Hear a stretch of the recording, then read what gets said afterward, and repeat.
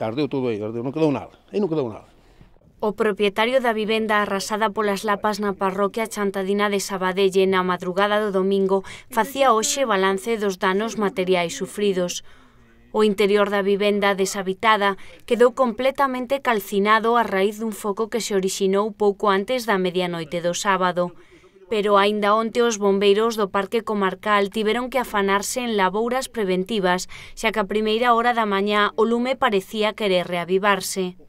O servizo preventivo levado a cabo onte, segundo confirmou o sarxento do Parque de Bombeiros de Chantada, Vicente Simón, consistiu en sofocar novamente o lume que rexurdía tímidamente entre os cascallos.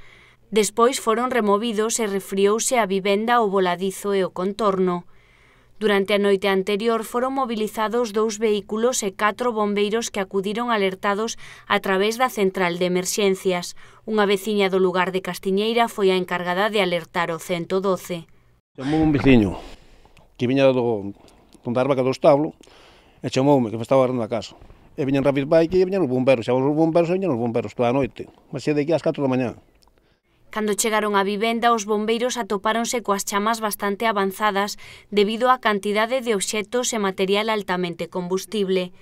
A axilidade do lume fixo que centraran os seus primeiros esforzos en evitar a propagación a unha das casas aledañas, tamén deshabitada e situada a tan só medio metro.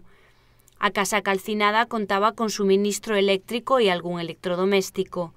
A estructura era de madeira, no seu interior contiña mobiliario e roupa e servía aos propietarios para almacenar algúns obxectos, pero afortunadamente as paredes de pedra puideron evitar unha maior propagación ao exterior. O interior derrubouse con moita rapidez e tanto a porta como a fiestra lateral serviron os axentes do Parque Comarcal para iniciar a extinción. O suceso mobilizou a Garda Civil e a Policía Local na madrugada do domingo. Segundo confirmaron hoxe dende o Parque Comarcal, descoñécese a causa do lume que se xerou na planta baixa, pero o propietario da vivenda apunta unha hipótese. Para min foi do congelador, foi un cortocircuito, para min. E vou botar a culpa a nadie que non vin nadie. Os veciños non viron nadie por aquí tampouco. Aquí non hai camparos tampouco.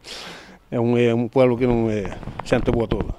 Os donos da casa, residentes na parroquia chantadina de San Fiz, utilizan a vivenda en ocasións puntuais e precisamente na mañá do sábado estiveran no seu interior para almacenar algún material da matanza.